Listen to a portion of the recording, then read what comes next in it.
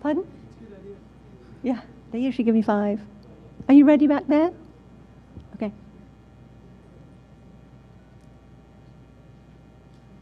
Does that mean he's ready? Oh, okay. Thank you. Thank you, everybody, for waiting. I'm sorry about the technical difficulties, but we want it to be perfect so you can see everything. So, Dr. Stephen Greer, having seen a UFO as a young boy, became fascinated with the idea of extraterrestrial civilizations visiting Earth. As a man, he realized the implications of visitors coming from other star systems and the toll of secrecy around this issue on our democracy. He formed the Disclosure Projects, whose messages have reached over 1 billion people with credible evidence that we are being visited by ET civilizations. And he formed CSETI, the Center for the Study of Extraterrestrial Intelligence, to, among other things, teach people how to make contact. His endeavors have been very successful. Today, he will share with you the framework for making contact and some of the linear and consciousness techniques that the CSETI teams around the world have used so effectively. Let's give a big warm welcome to Dr. Stephen Greer. Thank you very much. Okay, well, we got started late, but we're getting started. Welcome, I'm glad you're here. And we're going to have a couple of hours to go through some amazing information. How many people who are here were not at the talk yesterday? This is a problem, because I'm not going to go back over all that. So the assumption was, because we only have a couple hours, but what I do want to do is I'll do a sort of a really tight encapsulation of it, and not the whole hour and a half, and then we're going to move right into the main point, and that is we want to, all of us, when we leave here today, understand how we can make contact, because the system has failed us, and it's really time for us to take this into our own hands. So for 20 years, we've been teaching people the techniques of remote viewing, higher states of consciousness, and contact. This is something that everyone can do. Contrary to what you may think, it isn't difficult. And people have found that if they learn a few basic things, they can make contact, peaceful contact with these interstellar civilizations. And the reason they respond is because they want to have contact with humans. And they want to have a point of contact with human beings rather than through the military-industrial complex. So you're much more likely to be able to make contact with these civilizations than Hillary Clinton or the chairman of the Joint Chiefs of Staff. So that's the good news. The bad news is that this whole subject has been hijacked for about 60 years by people who want to frighten folks. And the reason why that has happened is because there's a multi-trillion-dollar interest group, the military-industrial complex, that's very attached to having the next war be interplanetary. We had, of course, Douglas MacArthur on his last speech to the world from the well of the Congress. This is a matter of in the congressional record said in the 1960s, World War III will be interplanetary. A very bizarre thing. People say, what in the world is this man talking about?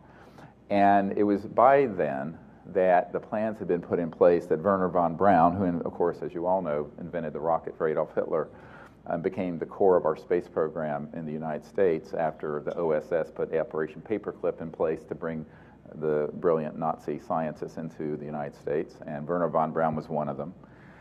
And he told his assistant for many years, Carol Rosin, who's one of our top secret disclosure project witnesses, that in fact a plan had been hatched in the 50s to hijack this subject and to put out the disinformation so that the people eventually would accept that there was an enemy in space and that they would attempt to create an interplanetary conflict. So as we drive around LA and we see all these billboards about Invasion LA, and we hear all the speakers at this conference and others talk about the good aliens and the bad aliens and the whole Manichaean worldview, we realize that the indoctrination of the mind of the human species is almost complete. And that's why we're in an emergency. We're in a true emergency, that people have to rise up and be ambassadors to the universe in peace, without prejudice.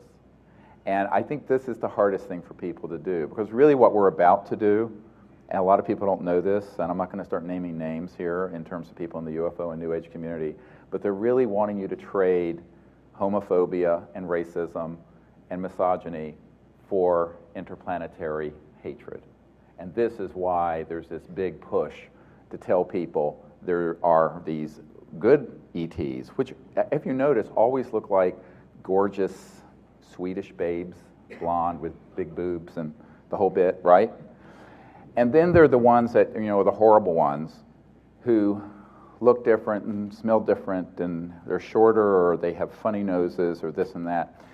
This kind of anthropocentric projection into a interstellar racism is exactly what was hatched in 1953 and was meant by a CIA document that I have in my possession that's talked about engaging Disney Studios to make cartoons and fictional things about flying saucers, to use this subject as an item of psychological warfare, and I'm quoting, psychological warfare and propaganda.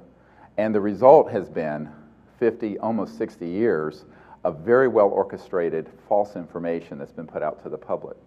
Now, a lot of people are listening to this going, does this mean that almost everything I know about this subject is false? And the answer is yes. Here are the things that are true. We are being visited by multiple interplanetary civilizations. They work together.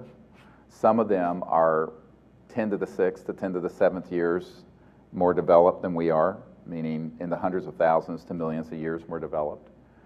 Others maybe a few thousand years down the path from where we are. None of them are hostile. They are all, however, concerned with our hostility. So I'm going to put up a great big cosmic mirror, and it's like the man in the mirror thing.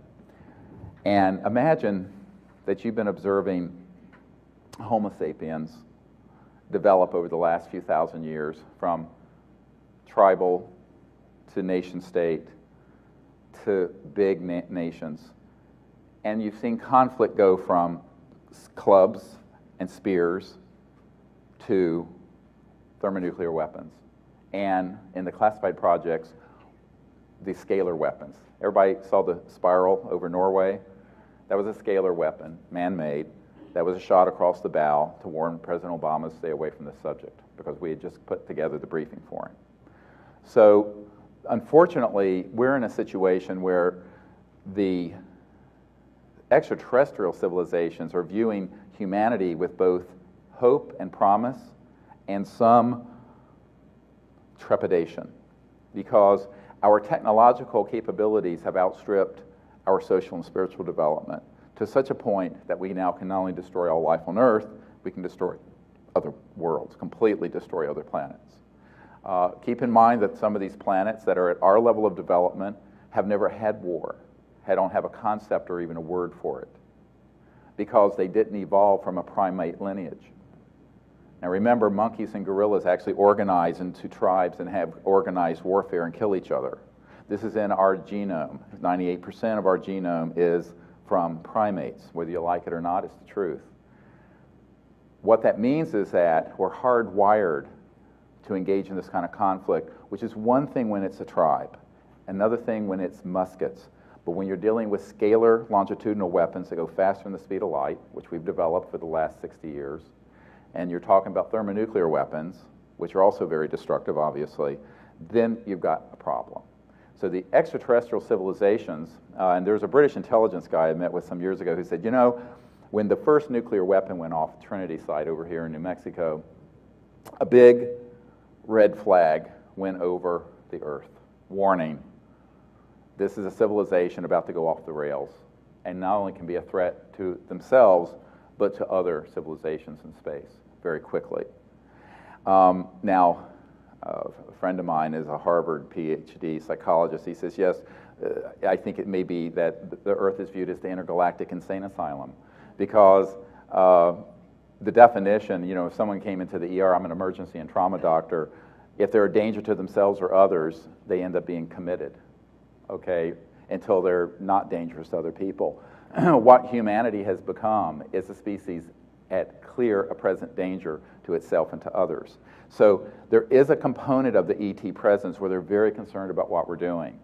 And yet, they also see the beauty of humanity, the enlightenment, the capacity for spiritual development, love, the capacity for becoming a people who can really go this next evolutionary step where we renounce violence and we renounce racism and we renounce all the isms and become a peaceful civilization joining others in space.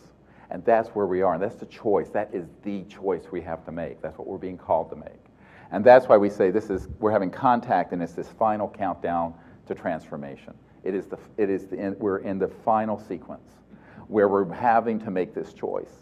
And so you have to consciously do it. This is the realm of free will. No one's going to come in here and say, you have to choose to be peaceful. The ETs, Larry King asked, why don't they land, asked me, Larry King, when I was on Larry King Live, he said, why don't they just come and land on the White House lawn? Of course, everyone asked that. I go, whose White House? The Blanca Casa in Colombia? Casa Blanca? Whose White House? Number one. Number two, if they tried, they'd be blown out of the sky. Now, in the old days, there wasn't a whole lot we could do. But by 1947, when we had put into some of our radar domes what are called scalar longitudinal electromagnetic weapons, we were able to switch those on when an ET craft was materialized and disable their electronics, because those craft are totally electronic. They don't have any fuels on board. They're not running with Exxon Jet A fuel. So that's what happened at Roswell. I have an FBI document. It's in our disclosure materials if you go to disclosureproject.org, and you will see that at that time we had a new radar system at the only nuclear bomb squadron in the world over here in Roswell, New Mexico. And when there were two ET craft checking out what in the world we're doing with these nuclear weapons, we turned that system on and two ET craft collided. One went down north of Roswell, northwest, and the other one continued on a westward trajectory and crashed near Socorro. There were actually two vehicles that crashed. One was in smithereens, just pieces. And I know men who actually were there who gathered up and saw the ET writing. It looked like Egyptian hieroglyphs, actually, on the writing. That's true. The other one was fairly intact, and at least one of the ETs survived. And I have a military intelligence guy who actually saw that ET at Camp Perry in Virginia in 1951, still living 4 years later, although not very well, in a crate with shorts on, horrible, being tortured. So this is what's been going on, and this is the true story. What you're going to hear today is the true unvarnished story about this, and why it is that we have to have an awakening and a mass uprising consciously, peacefully, to make contact for disclosure and to bring out these technologies so the Earth can be saved from its current trajectory of destruction. We are in the time where these crossroads have all come together. Spiritual, technological, social, political, macroeconomic, all of it. We're at this time of maximum potential change, which is both wonderful and breathtaking, because we cannot make the wrong choice. We cannot. So far, we've been making, as a society, not individually all of us, but as a society, we've been making all the wrong choices since about 1895 or so. Were technologies that Tesla tried to bring forward that would have enabled us to have free energy in our homes, which is not a myth, coming out of a generator the size that would fit on this table. And you'd have no pollution, no power bill, no environmental damage. These exist. We've seen them. I'm working with people in classified projects who work on these all the time, the 50th generation of them. Why don't we have them? Because the folks who wanted to keep that stuff secret in 1900, the so-called Gilded Age of the Rockefellers and Vanderbilts, their descendants, not necessarily those families, some of them, and that spiritual mindset of aggregating huge power to a small number of people has gotten more and more and more out of control. This is why we had World War I, World War II, and why they're planning World War III. This is why we went into Afghanistan and Iraq. This is why 9/11 happened. This is why, because there is a huge multi-hundred trillion dollar interest group that wants to maintain control through fear and through centralized macroeconomic control. And so understanding that and understanding how crafty the intelligence community is the only way we're going to free ourselves from it. So we have to say, look, there is no more time for us to play this ridiculous game of spy versus spy and all the war games. And as all of you know, I started briefing people like the CIA director and presidents and heads of state and the UN Secretary General back in the early 90s.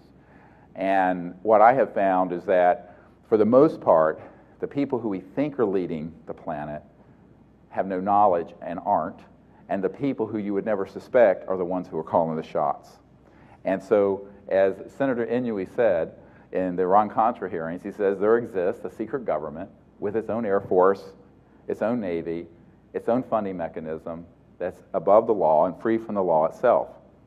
Before him, Eisenhower said, beware of the military-industrial complex because it will become a threat to our democracy and our way of life. Now, this is from a five-star general who was, of course, a fairly conservative Republican. Why did he say that the day he left office when Jack Kennedy was being sworn in? It was because if you go to disclosureproject.org, you'll see that we have a man who worked with him in the White House at the time, who just passed away, God bless him, who was a lawyer, but at the time was a young man in the Army Signal Corps who saw Eisenhower doodling pictures of UFOs and ET craft and talked to him about the fact that he knew about this issue, but he had lost control of the projects. And this is the tragedy that we have now. The body politic has no idea that the emperor really has no clothes, that the president of the United States has had stripped from his control this $2 trillion operation that Rumsfeld told us right before 9/11 happened exists. Now, I mean, it was no less a figure than Bush's Secretary of Defense who said, we have a $1 or $2 trillion missing out of the Department of Defense. It's more like $3 trillion over the last few decades. And he asked the question, where has this gone? And then boom, the next day, 9/11 happened. And I think what people have to understand is that there's an enormous interest in this subject, even amongst folks like that in Washington, but not all of them control what's going on. And the control and command structure has gone off the rails.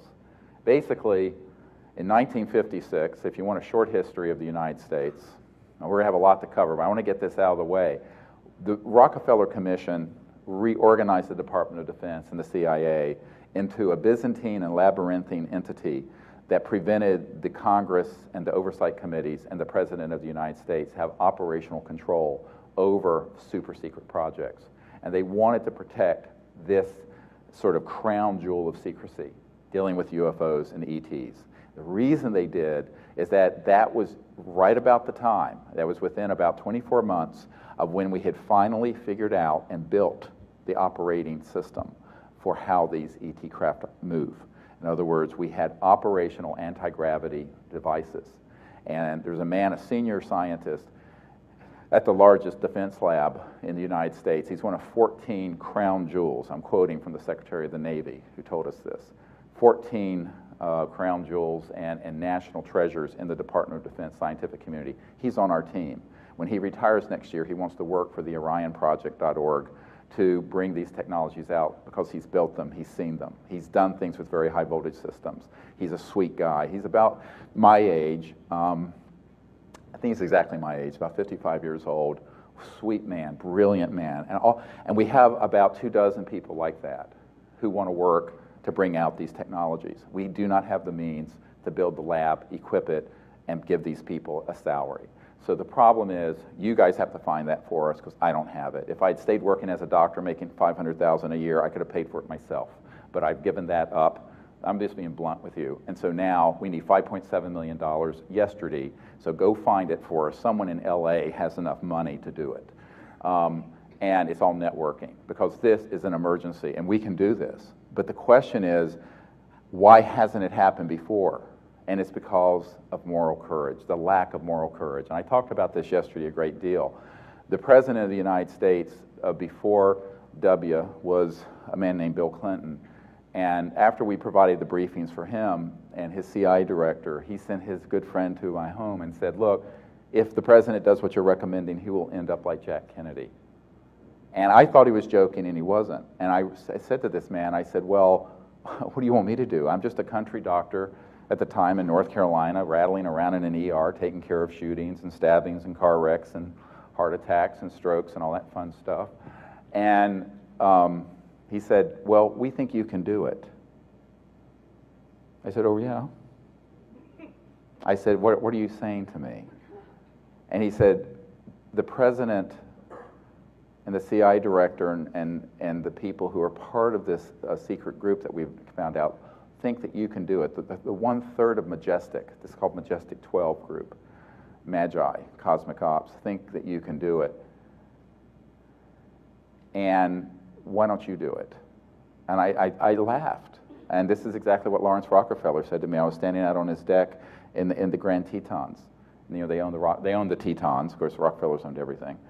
And they gave it to if you've ever been to Grand Teton National Park, that was all owned by the Rockefeller family, but they kept out this absolutely amazing ranch where I've been there. And Lawrence turned to me and said, well, I can't do it because my family's already jumping up and down on my, should I say what he actually said, on my nuts. And it's hard to be honest because people like to sugarcoat everything.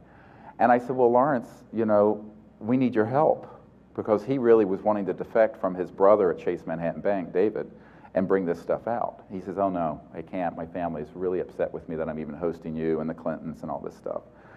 And I said, well, Lawrence, you're old and you're rich and you're a Rockefeller. He said, doesn't matter. Blood's thicker than water, and I can't do it, but you can. So then I went to the head of the National Academy, the Deputy Director of National Academy of Sciences, who said the same thing to me, and to the members of the Intelligence Committee of the Senate, the Select Committee on Intelligence. And what I found was that there was this enormous cowardice in our society where people really want to have, and I found out eventually someone just pulled me aside and they said, look, you're expendable because you're not important, and this is risky, and no one wants to take this risk. So you're the expendable vehicle. I said, okay, I get it. And so it has come to pass. So I ended up leaving medicine to do this because I realized that we have a sacred obligation to now take the earth and protect it and nurture it and lift the burden we have placed upon it. Because if we don't, the earth shall cast off her burden. Take my word for it. She's a living, conscious being. And we then have to make this choice that we're going to do this with her and for her on behalf of not only ourselves, but the 20,000 generations waiting in the matrix of consciousness to manifest here. Because we're not doing something. It used to be, I'm part Cherokee. My dad was half Cherokee. Growing up in the South, it was called a half-breed, which is a pejorative racist term. My life's been very interesting. I had a black girlfriend in high school and the whole bit. Now I'm married to a Jewish woman for 32 years. And oy vey, what a geschrei, Bashrin. I know all the Yiddish. I know more Yiddish than most Jews because we lived in Israel for 3 years. But what ended up happening was that the tradition of everything having to be looked at was 7 generations into the future, which was the Native American concept. In some traditions, it was 20 generations. Actually, for all of us living here today, it's 20,000 generations. And let me explain why. We are at this point in this past few decades and the next few decades where we're going to close out a yuga, a large cycle, about 450,000 years. And there's another cycle that's opened. That's the Age of Enlightenment. That's 500,000 years, 5,000 centuries. That's 20,000 generations. But we're at that embryonic tilt point, that embryonic emergence point. And if you know anything about biology, the embryo is a multipotent creature where it will then develop into a full organism. However, injuries to the embryo then are magnified as the embryo becomes a full organism, a full human being. And so we have this precious thing that we have brought into the world, all of us that are here, and that's the consciousness of a new era, a time of universal peace, a time of enormous growth and potential for every human being, where we're going to become enlightened beings traveling amongst the stars, even as those who came here and seeded life on Earth. That is our future. But there are others who have another vision. And these are what I call the eschatologists. At the core of the secrecy, the eschatology, and I'm sorry if my lexicon, it gets a little bit academic. Eschatology, you can look it up, is the study of how the world's going to end. And so you have people who have misinterpreted Scripture, including the New Agers with 2012 and the Mayan calendar. The Mayan calendar, that was a time of celebration because it was the end of one era and the opening of a time of enlightenment. Now, could there be a lot of chaos and change? Yes, there's always change and chaos when one phase becomes another. But it's not the end of the world, it's the end of the old world. This is what Sarah Palin doesn't understand when she thinks, okay, the people who are the 25% of Americans who think the world's 6,000 years old and we rode dinosaurs with saddles on them. You know, there's that museum in Kentucky you can go to. They're bringing all their children there to show them. No, I'm not kidding. You know, this is for real. God help us all. I love the bumper sticker I used to see in Asheville, North Carolina, where I lived, which is a really hip community up in the mountains of North Carolina. It says, "Dear God, please save me from your followers." But ouch. You can see why I can never be a politician. Too blunt, too direct, too honest. Could never be elected anything, and I don't want to be. I will tell you, however, that the people of the world get this. They get that we're in a time of great change and potential. And this is why they just overthrown Mubarak in Egypt. Now, okay, and this is, but what they don't realize is that there's an invisible dictator. There's a committee of invisible dictators that are keeping all of us enslaved. And when I wrote my briefing for President Obama after he got elected, I was asked to put together a briefing on all this. And if you want to go to look at the 6-7 page summary I wrote for the president, it's one of the best summaries of the subject, in my humble opinion, that has ever been created. And it's at our site, disclosureproject.org, along with some of the top secret documents that we've released that we gave the president. And basically in it, I say, look, it's time for a new Emancipation Declaration. The Emancipation Proclamation freed African Americans. However, the world macroeconomically slipped back into a type of slavery, where you now have 200 or 300 corporations and individuals who have more than half of the net worth of the world. You have 4 individuals, the 4 wealthiest ones, whose net worth is greater than 57 of the poorest countries on earth, with billions of people. This is a situation which is simply not sustainable. And what is going to have to change isn't some kind of a socialistic, it's a change of bringing out the truth. Because what happens when you have a device that allows you to have free energy for your home and vehicle, and every village in Africa, and every village in India, and every village in Indonesia, and every village in California has their own energy source, pulling it from the fabric of the expansion of space-time, the so-called zero-point energy field, which is huge. And you can run your car and your house on this. You never have a utility bill. Manufacturing becomes almost free because the energy factor with that, 100% of all the rubbish that's created can be recycled at zero energy cost. The footprint of humanity, even if we had 15 billion people on the planet, would be fairly nominal, because there'd be 100% resource recirculation and recycling. Why? Because right now we can't do it because it's too prohibitively expensive because of the energy component. That's it. Archibald MacLeish and Buckminster Fuller said this in the 70s. We already back then had the means to recycle everything, so there was no pollution going out of any manufacturing or anything except the energy coming from smokestacks to generate electricity for this room is from a coal-fired power plant or a nuclear power plant or an oil-fired or gas. It's very expensive. And so if you have to use a lot of energy to do this, then it's very difficult. What about all the nuclear waste? There's a man that we've worked with, Ken Shoulders, who has something called charged cluster arrays, where it actually can take nuclear material, radioactive, low level he's done experiments with, and turn it into inert substances through basically a type of transmutation with very high voltage charged clusters, electromagnetic clusters. the Department of Energy under Bill Richardson was going to fund the next step of that research. The grant was announced, and this secret group, Majestic, circled its limousines around the Department of Energy, threatened Bill Richardson, and they withdrew the grant after it was announced, which is almost unheard of at the Department of Energy. The OrionProject.org has not been able to get anything from the ARPA-E program from the Department of Energy, and they're wanting to put hundreds of billions of dollars out there on alternative energy, none of which is going to be enough. Now, solar's great, but how many people here, I just want to see, how many people have $100,000 to put a solar farm on their house? I just want to see. 1 or 2 people, yeah, that's it.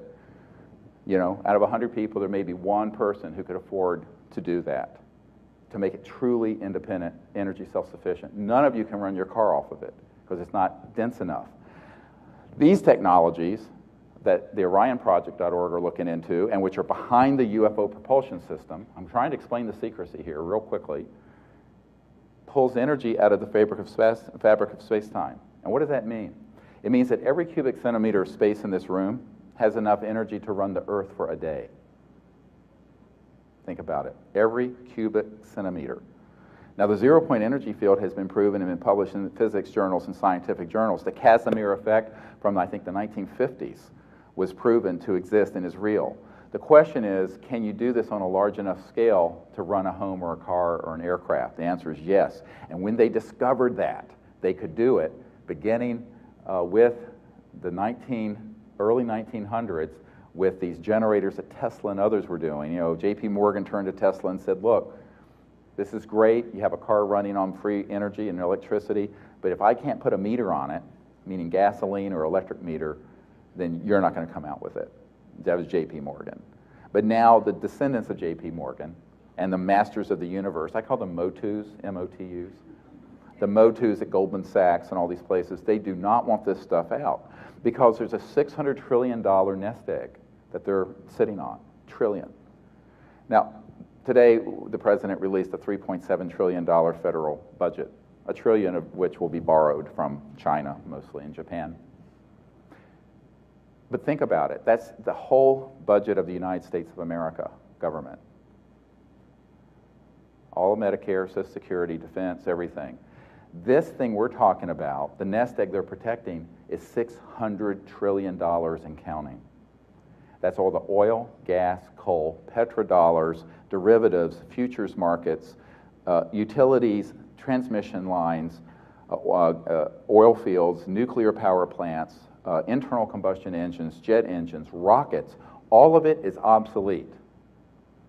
And they knew that in 1954. I can give you the date, October of 54, when all this stuff went black. They were until then, the aerospace journals in the early 50s were talking about anti-gravity and free energy. You can go back and look it up. It all went black because they finally got this totally operational, and these industrialists came in under the Rockefeller Commission, reorganized the Department of Defense. Everything I'm telling you is a matter of historical fact. You go look it up. And what we have today is a retarded civilization, because what the ETs and what the cosmic being and what Gaia has been wanting for humanity for 100 years is for the children of the earth to be here in abundance, to be here in love, to be here living in peace, where we're not fighting over the last barrel of oil and invading countries for it. And that has all been hijacked by a bunch of people who are kleptocrats, the kleptocracy, people stealing, and who are wanting to amass more and more power. It isn't the money, because once you have a few $1 trillion, it isn't about money. Money is whether or not I can put all my kids through school, which ain't cheap when they're going to Stanford and Yale and everywhere else. However, the problem is we're nerds, total nerd. I'm a muscle nerd, bench 410, and all. Okay, I like being a muscle nerd. So I just look stupid. I know, outrageous. What has happened is that all of this emphasis on secrecy has been because people want to control the power game. And what happens when you have free energy? In UFOs, if they're disclosed as real, the first thing any scientist is going to ask, who has an IQ over 2, I mean, if he's got a pulse, he's going to go, I'm going to show you some images today. How are these things moving? Where are they kind of getting the energy? How are they going from hovering to 50,000 miles per hour and making right-hand turns on radar. We have the radar tapes from the FAA. I have CIA, I have it all. All this is in disclosureproject.org. It'd be the greatest documentary and film ever made if there's anyone in this room who knows someone who can do it and give us creative control over it so it doesn't end up being alien invasion of LA. So, which is why I've never done a big movie, frankly. They all want to turn it into this horror flick because it's Hollywood. Now, one of the problems, of course, when you look at this is that means that there's a very powerful special interest group that has several hundred times the financial clout and power than the entirety of the United States government, including the President of the United States. And they're the ones calling the shots to the classified programs at the NSA and CIA and Department of Defense that are highly compartmentalized. And let me explain how this works. Now, I'm going to cover this very quickly because we don't have time. We're going to go through a lot of stuff. What I really want to get to is how you guys can go home and make contact with these extraterrestrial beings and say to Washington and to the CIA, screw you. I'm a diplomat from Earth to these people, and there's nothing you can do about it, honey. All right? That's it. Which is what I told the head of Army Intelligence in '92 when he offered me $2 billion if I would cooperate with his program. Billion. Witnesses to that, by the way. I said, no thanks. I don't care about money. I don't care about power. I don't care about fame. I care about the truth and transformation of the planet. That's it. You know, I died when I was 17. I don't know how many of you know this story. And, I was raised a very, very devout atheist. And they were very, orthodox atheists. And, if it didn't fit in a test tube, it didn't exist. My uncle built the lunar module that put the first man on the moon. You know, that funny-looking thing? That was my uncle's gig at Grumman that became Northrop Grumman. I knew about this stuff as a little kid. Saw an ET craft when I was 8. But when I was 17, I got very sick and died, and had an experience with unity consciousness and God consciousness and with the divine being. And that's when I realized that you don't have to be afraid of anything because there is no death. And your life and your soul is eternal. And the conscious mind, whereby we're all awake, is eternally present.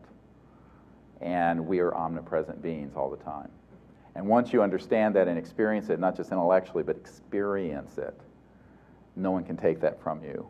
And therefore, the threats and the things that have happened to me, while from a human point of view and linear point of view have been painful, none of it has deterred me.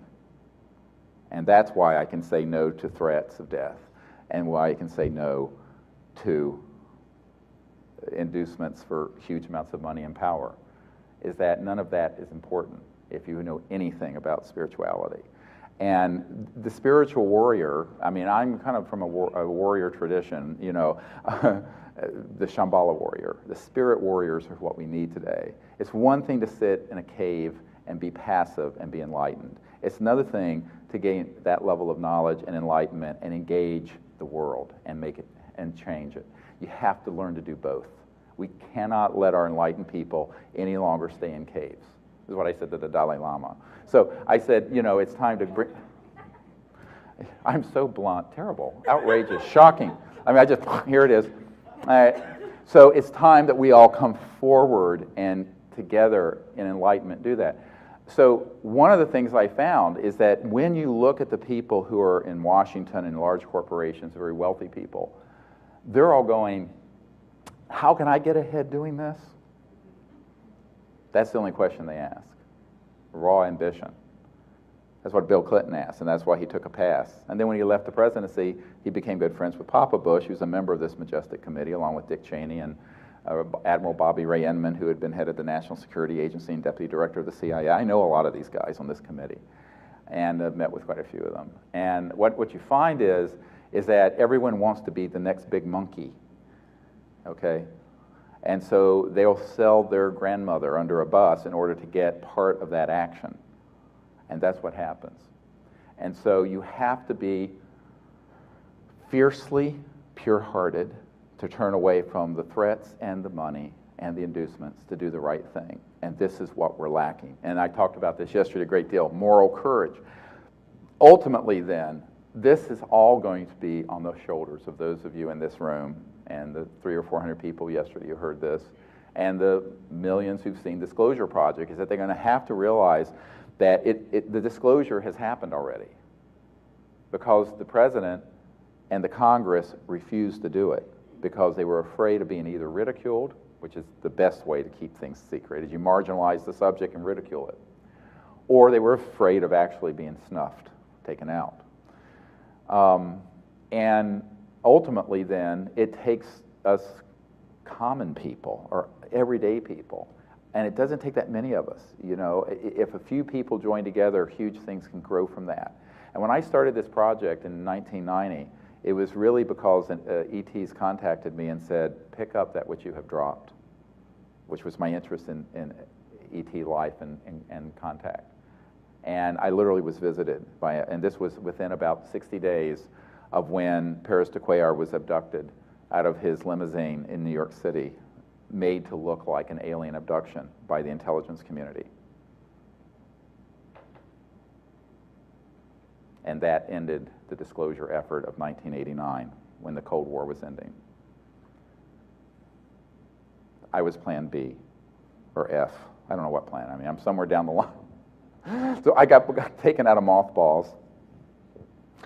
And I, worked for years as an emergency doctor and supporting 4 children. And now I have two grandchildren and one on the way and the third one. And I think, oh my God, here we are in 2011, still using oil and gas and coal and nuclear power, still firing at ET craft when they begin to materialize near Earth orbit, still without any diplomatic effort from the UN and the State Department.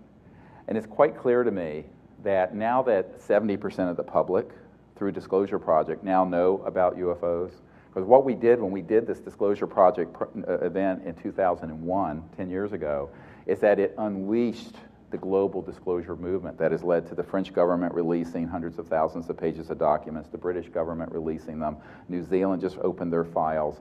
And I do a lot of work behind the scenes. I have a home in Washington, I meet with people all the time. So this is happening. And when a third of the people thought ETs were real and UFOs were real back in when I started this effort, when I first briefed the CIA director, now it's 2/3 or 70% of the people know that UFOs are real and the government's hiding things. And in fact, 2/3 of the group Majestic, the Magi group, that are keeping this secret in the military-industrial complex support disclosure. But the other third will eat their own. And that's why it's still not officially acknowledged. But we're making progress, believe me. We've gone from 1/3 to 2/3 of the secret organizing entities in support of disclosure.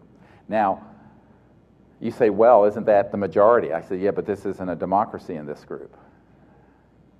All right? The 1/3 who are the hardliners are also the 1/3 that like to kill people. They're the ones who are the eschatologists who want to see the world go through a collective death experience. They're the ones who worship destruction. They're the ones who want to see us go to World War III. They're the ones who, when someone in their own group steps out of line, like former CIA Director Bill Colby, who was going to provide for my group an operational free energy device and $50 million in seed money to get it out to the world. This was in the mid-90s. They found him floating down the Potomac River the week he was going to meet with a member of my board. That's welcome to my life. So this has been very difficult. And what you find is that the majority doesn't rule even within these classified programs, and it's all very compartmented. And the left hand doesn't know what the right hand's doing half the time. For example, it wasn't until we came forward with the information about PLFs and ARVs. Everybody know what those are? Programmed life forms and alien reproduction vehicles. Now, since 1950s, we've been building these things that look like UFOs that fly around. And Lockheed Martin, and there's a facility up here near Palmdale and Lancaster that have them. I know where all the facilities are. The state-of-the-art ones are in Australia and in Dugway near Salt Lake City, Provo, Utah. All underground. They're all connected through underground connectors. These devices were put into place in the 50s. And the early models, their startup mechanism, we have actually a schematic and a drawing from a guy who saw one of the early models, was a 24-volt marine battery. So you had this 24-volt marine battery. Anybody who's here is an engineer or a mechanical guy. And it would start up and go into these series of coils and high voltage resonant things. They would then pull energy out of the 0-point energy field and do it in a counter-rotating vortex, that thing that would lift. And it could just hover there in the hangar. And these were from the 50s and early 60s. I know guys who piloted them who are on my team. I have 550 top secret guys now that I'm working with. When Disclosure Project occurred, it was 110. Now it's 550, 5 times the number. And I get a new one every week. Pretty much every week a new one comes forward. So the question is, and these are people from deep inside secret government programs or corporate programs working on this. So I'm the sort of the, there's the majestic secret government, parallel government. There's the regular government that we think we elect and appoint and manage. And then there's a third thing, and that's our group. And it's become a formidable force. The guys at the agency are very afraid of us because I've got all this information. Something happens to me, it all hits the internet. Stuff that doesn't need to come out yet. So, because it's keeping me alive. You don't play all your cards at once. You know, this is playing chess in 38 dimensions. All right? It is, honest to God. So what we've decided is that this information has to be supported by the public, and then we found it was. And not only by the public, but by other governments. But the crown jewel of the secrecy, though, is the United States. Because the United States Department of Defense has about $1 trillion budget. They acknowledge about $700 billion. Then you've got Homeland Security, CIA, NSA, other entities. It's around $1 trillion a year of our tax money. But what they don't realize is that within that trillion, there's about $200 billion a year going into so-called black projects. And this is what Rumsfeld was talking about. And over the years, it's been trillions of dollars. It's just missing. So one of the problems is that if you have an entity that can make off with hundreds of billions of dollars a year, and then also has become self-funding through the drug trade, all right, this is true. They don't like me talking about this. At Pahut Mesa, there's $40 billion in various currencies in a vault at Nellis Air Force Base from the drug trade. $40 billion sitting there in cash. I have guys who've seen this on my team. So what you find is that there's an enormous amount of funding that goes into these things, and it's very, very dark. And those guys are the hardliners. And when you get into this world of what are called unacknowledged special access projects, let me explain how they work. An unacknowledged a special access project just means it's top secret clearance and it's a compartment. An unacknowledged one works like this. Let's say this man is a 4-star general, and I'm a colonel. And so he's technically my commander-in-chief. And I'm in an unacknowledged special access project. Now, I have been told that if I tell anyone who's not in that project about its very existence, that there's a bullet with my name on it. Absolutely. Now, I have many guys on my team who've been in these projects, and they're for real. This is not a conspiracy theory. If the 4-star general calls me in because he's gotten whiff of this, I am to turn to my commander, my senior, and say, sir, no such project exists. That's exactly what happens when the president and some of the people at the Pentagon that I have briefed ask about these issues. So there has been a complete decapitation of the chain of command in the United States. And so this sort of silent coup d'etat that happened in the mid-50s is what we're living through now. And this is why the president doesn't want to talk about this. No president wants to admit that they're the emperor has no clothes. No president wants to admit that they're head of a government that has been completely emasculated and neutralized for 50-some years. And that's the situation today. I had a G7 country that we hosted last year in Washington, G7 being the top 7 industrialized powers in the world. And this country wrote a letter to me as the director of Disclosure Project in CSETI, Center for the Study of Extraterrestrial Intelligence. This letter is the most important UFO document from any government in the history of the world. And here's an irony, I can't release it. because I would burn my bridges to this country. But this country wants to do contact with us. And so we have actually traveled to this country and are teaching their top people, their scientists, and their political leaders how to make peaceful contact. But this is an astonishing announcement I'm making, actually. And so when you see this happening, you know that it's reached critical mass. It's the Rupert Sheldrake concept of morphogenic fields. The consciousness has happened because you have a major G7 country saying, and it's beautiful, the wording in this letter says, we want to go on a long-term journey with you into space, making contact with these interstellar visitors. It's beautiful. This from the senior-most levels of a Ministry of Defense of a major G7 country. Beautiful. This all in the just last 3 years or so. Now, what you find is that these sort of friendlies to disclosure and contact are intimidated by the hostile ones that are in these unacknowledged projects, who don't mind killing people. And so they're waiting for leadership from the United States political establishment. But then now you're going to see a catch-22 here. But then the United States political establishment, the president, the CIA director, Leon Panetta, I put together this briefing, gave it to him as well, the head of the Intelligence Committee for the Congress. These sort of people, once they find out about the reality of this, they think, well, what can I do about it if I don't control them? And this is exactly what the CIA director, Woolsey, said to me. How do we disclose that which we have no access and control over? This would highlight the biggest constitutional crisis in American history, and nobody wants that to happen who are in power. So they take a pass on it. They kick the can down the road and into my lap, and now into your lap. So it's our task now. You see? That's how this is the Washington two-step. And that's how it works. I swear to God. So now, to give you an idea of how deep this runs, is that I did a briefing for the head of intelligence for the Joint Chiefs of Staff. And this man, who is an admiral, was given a document that I have here, and it's now on our website, disclosureproject.org, and it's a National Reconnaissance Office document that lists the project names and code numbers. And it's from the 1990s. It's not from an old one from the 50s. So at the time I did this briefing, this was all fairly recent actionable intelligence, what we call actionable intelligence.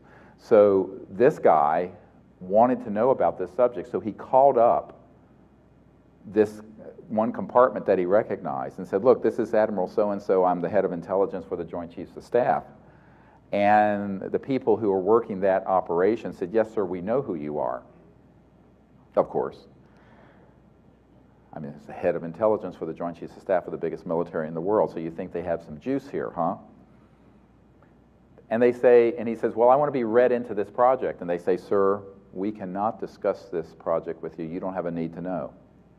And he says, well, God damn it, if I don't have a need to know, who does? And basically, they said, sir, we cannot and will not discuss this with you further. Click. And they broke the line and blocked him. So by the time I came, I gave all this information to him before I did this stand-up briefing at the Pentagon, where I brought astronaut Edgar Mitchell, who was the sixth man to walk on the moon, and all that. And basically what happened is that he said, well, I don't know what I'm going to do, but I don't have access, and I'm being blocked even though I'm the head of intelligence, Joint Chiefs of Staff. He says, who else has had this happen? I said, well, the President and the Secretary of Defense Cohen and the CIA Director and the Senate Intelligence Committee members I've met with, and the head of the Defense Intelligence Agency, which is the biggest intelligence gathering entity in the Pentagon. It's almost as large as the CIA, the DIA. He says, are all of them being blocked access? I said, yes, because the ones that are in those positions right now are people who are in favor of disclosure, and they're not going to tell you. He says, well, who is in this? I said, you have to be willing to take a blood oath to the secrecy and to World War III and interplanetary war, and none of you guys want that, do you? He says, oh no. I said, that's where we're headed. What are you going to do about it? He says, what can I do? The best thing I have is a B-2 stealth bomber. And these guys have their own Air Force and Space Force of anti-gravity things that people see launching out of here. If you go up to the high desert, you'll see them come out of Edwards at 3 or 4 in the morning. So the question becomes, who's zooming who here? What government's really running the show? And it's not the people we elect and appoint. Now, could they get control of it? Yes. but they'd have to have a lot of courage, and that's what's missing. So what I tell people is that the thing that all of you have that they don't have is moral courage and the knowledge and the spirituality to do this. And that's why all of you can become ambassadors from Earth to these civilizations. All of you can become a point of change that then radiates out non-locally through consciousness to the 7 billion children of Earth. That's how consciousness happens. That's how change happens. And if you understand that dynamic, you understand how powerful a few people are. Now, the Center for the Study of Extraterrestrial Intelligence, CSETI.org, we've now trained a couple thousand people all over the world to do this. And we're going to actually do a 3-day event in Orange County down here in Irvine, Friday, Saturday, and Sunday, if you guys want to come. And it's going to be an event where we, during the afternoon, we go into how to go into remote viewing states and meditative states and contact using consciousness, and then we're going to go out under the stars or the clouds, I don't care what it is, we always go out. And we're going to make contact at this canyon in State Park that is we've reserved just for the group, that's closed at night, and we're going to have access to it. And when we were there about 15 months ago, we actually had an ET vehicle come right into the valley, and we had an ET voice materialize right in the center of the group that we recorded, that's on this video. Now, one of the amazing things about this is that when you realize that every human being can contact them this way, then you understand that the power of control that this other group has is a paper tiger, completely. And it's all in your mind. So free your mind. And that's what I really want to share today, is how to free your mind from that and be the people who make contact and do disclosure and help the OrionProject.org bring these energy devices out, because it's very, very unlikely that we're going, now, you know, I still provide briefings to people like the President and members of Congress, and there's some great support we have in Washington and in Paris and in London and other countries, but I really see the change happening from us. I see the change happening from people like you and me, rather than the people who we think are leading the world. Because I think we're actually the leadership of the world, everyone in this room, all of us who are conscious and awake.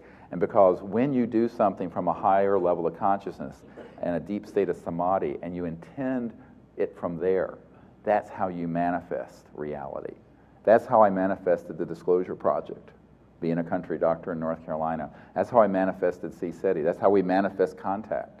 That's how we're going to manifest a whole new world. Because here is the world all of you know the world we're living in today, which can be rather oppressively depressing when you contemplate it, with the poverty and the wars and the corruption.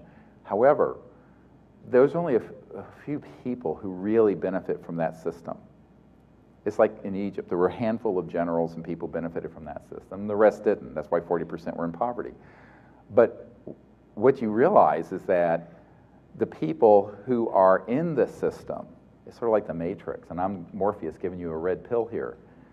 You are the guys, all of you are the ones who can awaken and effect change immediately and easily. And that's the message of great hope, because here's the world that is not on the far horizon any longer, but is right here, very close. A world where we have open contact with ET civilizations peacefully. A world where all of these sciences and wondrous sciences and technologies that have been withheld from the earth for 100 years are unveiled and benefit all the children of earth. And with that, the abolition of economic slavery and poverty in a generation, I mean literally in 20 years, there would be no poverty on earth, none. The healing of the earth's biosphere would take place in 10 to 20 years. All nuclear waste and chemical waste could be transmuted into inert, benign materials. These technologies are extant on earth today. This is what the world we can have. And on the foundation of that of justice and abundance, we can have peace. Because we're no longer going to have to play one race or one people or one religion or one group over another in order to advance another species. But be careful. Let's not unite the world against what Wernher von Braun warned about, the false alien threat. This is the biggest problem with disclosure. This is the hugest problem.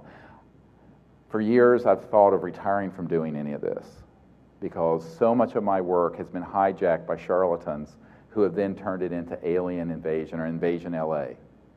And people come to my things, they find information, and they turn it into a horror flick.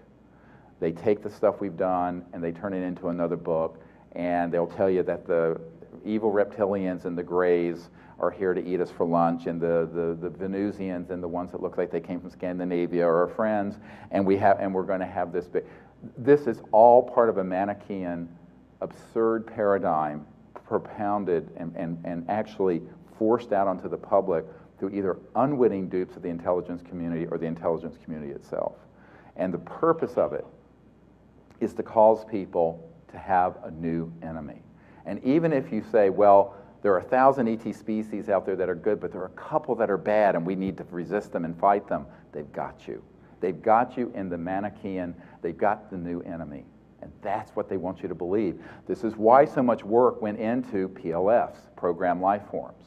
And if you look at the videotapes of some of the things like what Stan Romanek, I've been at his home, that one that's in his kitchen that's going like this, that's actually one of the PLFs. And the intelligence community had called him up and said, Stan, this is one of the fake ones. Now, he may have had real contact. I don't know. But I know what that one was. That was a robotic, artificial ET, what I call an alien. See, ETs are extraterrestrial interstellar civilization. Aliens, if you use the word alien, you're talking about the man-made stuff. Because alien is a xenophobic negative word, so I never use it. To me, it's like it's a racist term, alien. I never use it. So the thing that are the aliens are the Greys and the reptilian and these other creatures that we've been manufacturing. Now, when did we start doing this? Back in the 40s and 50s. So the facility at Dulce, at the Four Corners area, is a genetics lab. There's a genetics facility at Sandia. There's a facility in Australia. There's a group of physicists I know who work there, and there are these things that look like Greys and others coming off a conveyor belt. And they have integrated circuits in their neural complex, and they're put on board these ARVs that look like UFOs, and they use electromagnetic weapon systems and chemicals, and they abduct people. That's what happened to Paris de Cuellar. So and then they have implants. Now the implants, if you look at the implants that are being made, EG&G and a group of other high-tech electronic firms, E-Systems, have been making these in Siemens for decades. If you look at the tape we just released, posthumously, from a guy named Pollock, disclosureproject.org, top secret guy. He had worked with a man who developed back in the 70s some of the implants that they began to mass produce. Siemens made about 2 billion of them at the time. And these are implants that are RF frequency, radio frequency, and they both connect to satellites, but they can receive signals. And they can affect on a scalar level of what are called psychotronic and radionic type of effects. These are the ones that are being put in people. And the folks who are extracting them, I've looked at the data on it, and I'm going, yeah, but I know who's manufacturing this. Now, what they're going to do is say, see, the aliens have done this. So this is the cosmic 9/11 that none of you know about and that no one wants to talk about. And this is why I've been blacklisted off of George Nuri's show, because I've talked about this. Coast to Coast won't let me on because I've revealed this. Yeah, that's true. The truth of, yeah. So, look, I don't care. I'm going to tell you the truth whether it gives you pleasure or not, because you need to know the truth of who's playing with your mind and why this information has been stopped. They are desperate for people to have a new enemy. Because, look, there are 70 al-Qaeda in all of Afghanistan. This by the acknowledgement of the CIA, 70. This, we have 140,000 troops chasing at a cost of over 100 billion a year. Come on. They have to keep this machine alive, and the next big thing to play is the alien card. And we're about a nanosecond from that. Don't be fooled again. And this is why I am the most hated person in the UFO field. It's because I am absolutely, have the data, I have the documents, I have the witnesses, that in fact, There are abduction squads being run by secret government human entities using programmed life forms and ARVs, alien reproduction vehicles, and very advanced electronics. This is not a conspiracy theory. It is exactly what's happening, and this is why you have all been diseducated. Not miseducated, deliberately diseducated, for the purpose of preparing you. And the New Age and UFO subculture is the vanguard of those purveying this information to others, ironically. So you have all become the carrier vehicles, not all of you, many of you have become the carrier vehicles for launching interplanetary war. What great news. I told you yesterday, some people aren't going to like what I have to tell you. The truth will set you free, but first it will piss you off.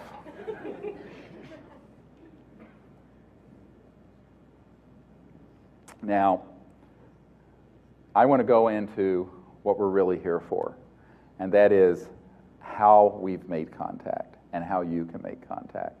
Now, in a couple hours, you know, it's hard to cover a whole week's worth of training material, but I want to give you a sense of it because you guys are all conscious, and it's Conscious Living or Conscious Something Conference. What is it? Conscious Some, yeah, Life. Sorry. I'm on a jet every week. I have no idea where I am. I think I'm in LA. But the truth about it is that we have within us something very beautiful, and that is the mind. And the heart of the mind, the heart of the compassion that the Buddha talks about, is the fact that we are all one people. If you look at the logo, it says CSETI, one universe, one people. There's actually one being shining through the eyes of every body in existence, every sentient creature. And when you look at the stars at night, know that every star system that is stable has planets with beings who are capable of knowing this cosmic being, who are awake. That is true. The universe is peopled. I use the word people not in a human sense, but in the sense of intelligent, conscious life. And interestingly, if you understand morphogenic fields, and they have a head, 2 arms, and 2 legs, but they come in all sizes, from a foot or 2 high. I have anyway, I was called in on a case where there was one species that's about 18 inches high, and we have I held the body of the baby in my hands. Y'all know about this? Oh, well, he was dead, but had his head crushed in. We're not sure who killed it. But anyway, an institute I know has this creature, has this being, and Dr. Bravo, who's on our board, and myself were called in because we're doctors, and I'm at a disclosure project to investigate it and look into it. And the institute that has this doesn't know what to do with it, and I'm trying to have them disclose it, but it's tied up in a lot of political problems in another country. But what I'll say is that all these beings, they can be in various sizes. They may be 18 feet tall, or they may be 1.5 feet tall, 18 inches tall. Doesn't matter. But they have a head, 2 arms, 2 legs. Their internal organs may be different. I mean, I've seen various types of internal organs. It's one particular being that I've actually personally held, and I have great photographs of.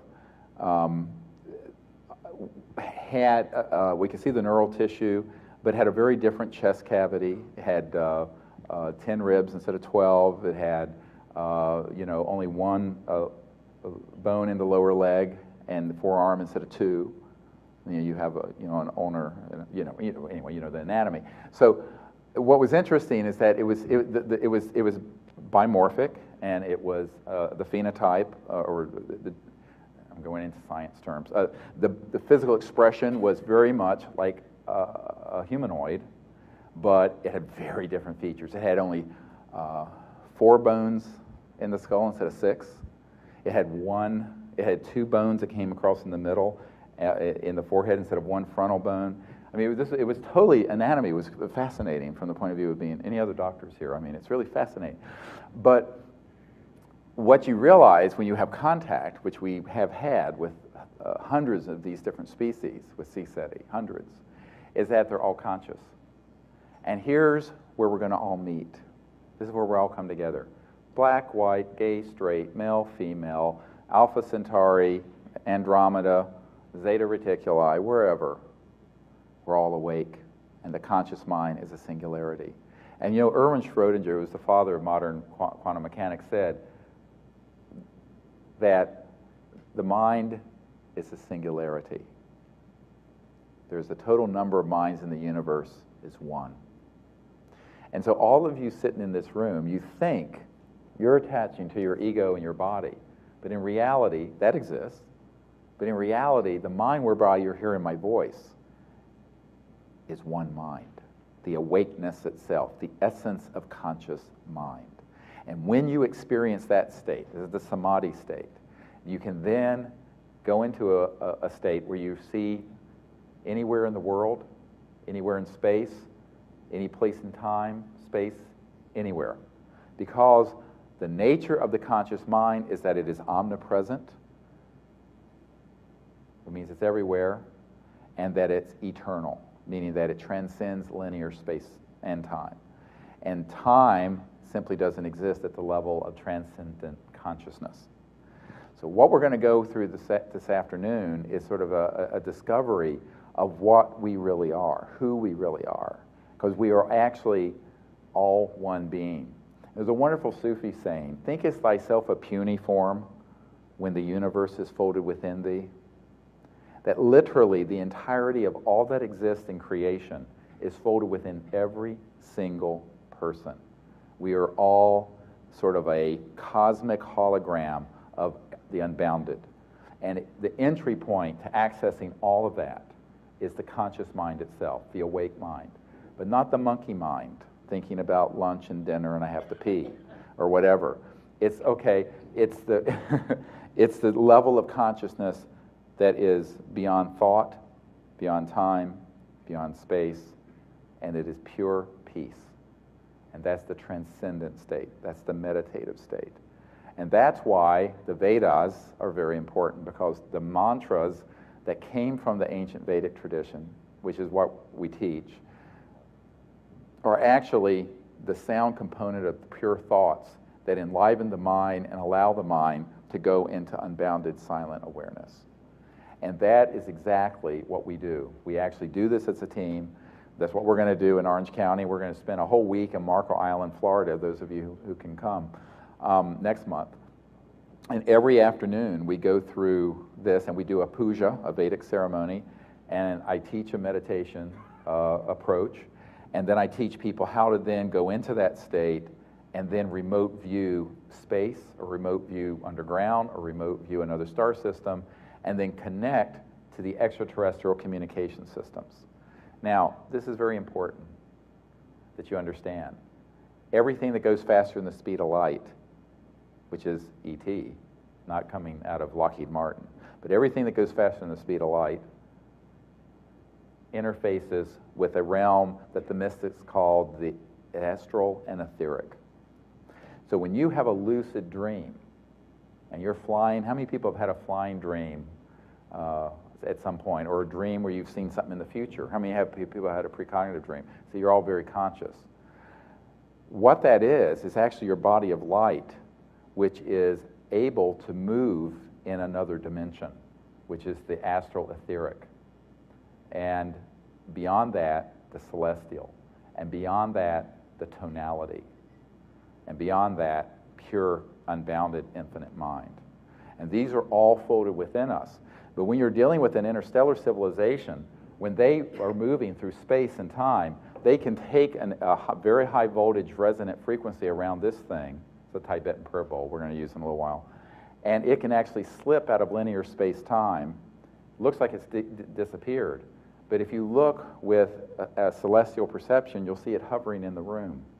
Still in this shape, but maybe just a hint of it. And it can then blip into linear space-time and blip back out. This is exactly what Colonel Corso experienced when he was out in New Mexico and one of these landed out near the Trinity site where we detonated the first atomic weapon. But that was in '56 when he had this encounter. And what the ETs are able to do with their craft, they can also do with communication systems. So that when you do a visualization in consciousness and you see, if you're in this expanded state of awareness where you've become the cosmic being and you see a spacecraft out in space near the Earth in a mountain, on another star system, you can then connect to the ETs and through them to their telemetry systems. Okay, so like I have this little black box here that's transmitting. This is at the speed of light because it's electricity. It's the speed of electrons and stuff. But imagine that they have a box that interfaces with coherent thought.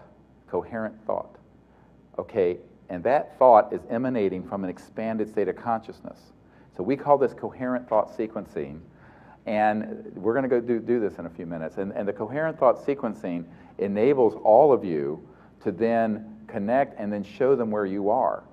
So what we do, there are three major steps to this. First, going into unbounded mind and the state of the samadhi, the relaxed state of mind. Secondly, to then actively remote view the presence and location of the extraterrestrial vehicles. And then third, to turn that into a vector, where you then connect with their electronics and their individuality and their craft and show them your location. So if you, let's say you see them out near Saturn, and there's a very huge craft out near Saturn now. Had a Defense Intelligence Agency general tell me about it a couple months ago. He turned ashen white when he saw the images of it. One of the ones that we're tracking out in our solar system is 26 miles across.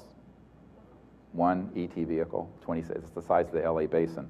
Anyway, so believe me, if they were hostile, it would have been all over the time believe me. Before the monkeys started developing thousands of nuclear weapons, it would have been point, set, match, over. Forget about the invasion stuff. Okay, the invasion will come from Lockheed Martin masquerading as ETs. This is the cosmic 9/11, the cosmic Gulf of Tonkin that all of you have been programmed for, whether you know it or not. So, free your mind. Okay, it's like the En Vogue song. I love it.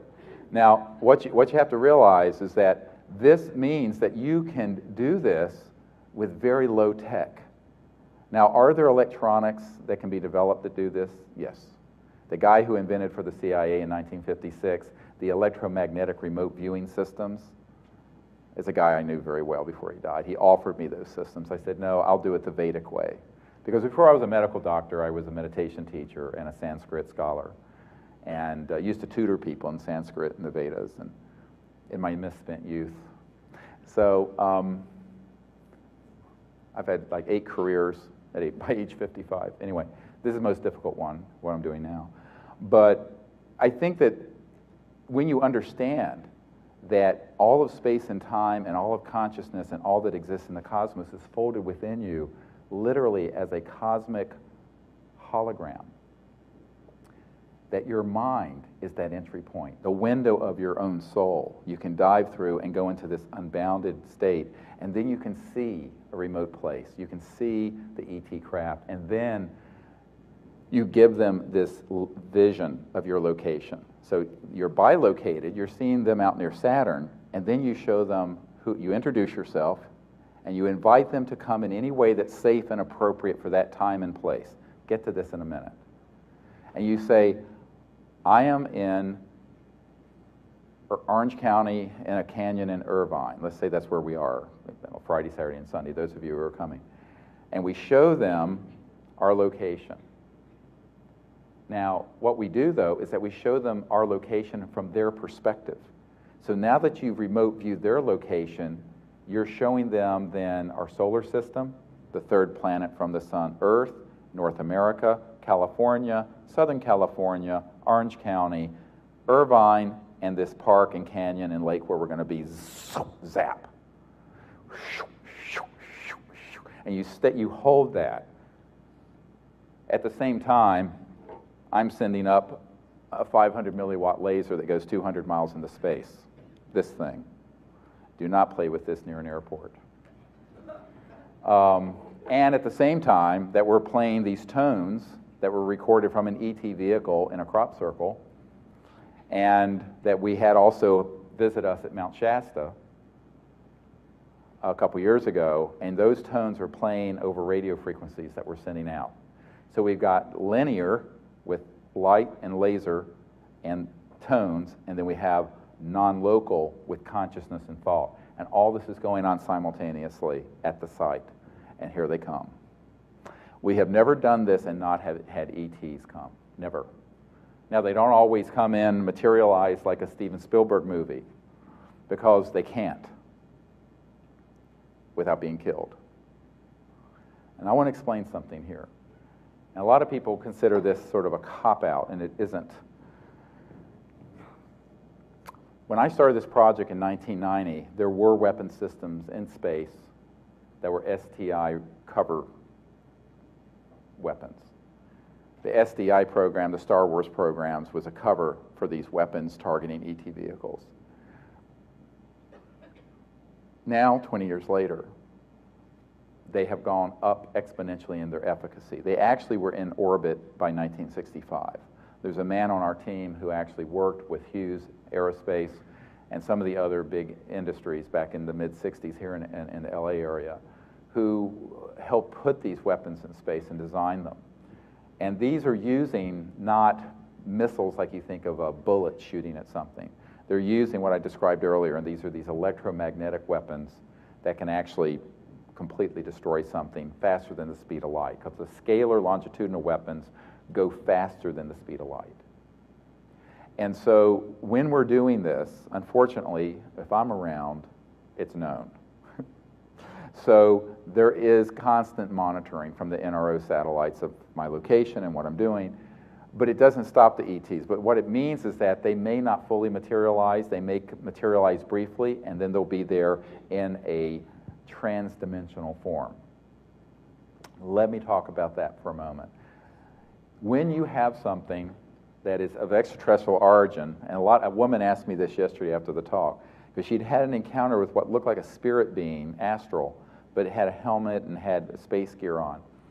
I said, yes, but you have to understand, if you're going faster than the speed of light, you're in a condition very close to what we would call a lucid dream state. That's why that area out at Area 51 is called Dreamland. Because the experiments they've done, the people the men in those systems experience almost like a lucid dream state because they're quasi-materialized. This is being done in classified human projects. Interstellar civilizations, when they're going faster than the speed of light, a priori are not in this form. Why? Because if you go faster than the speed of light, you cannot be in a accreted, concrete, linear, three-dimensional form. You literally, through very high voltage, resonant frequency systems, this thing slips out of linear space-time and goes into what we would call the near astral, or other dimension. And it travels then at multiples of the speed of light, and then reappears and rematerializes where you are. Now, if they materialize or begin to materialize, they send off a series of electromagnetic energies that National Reconnaissance Office satellites have detectors. They're called neutrino light detectors, and they pick them up, and then they target them. We had an extraterrestrial vehicle emerging from Mount Shasta a few years ago, and it was right at the point of materializing. It was in a brilliant white. It was almost like a celestial white disk floating towards us.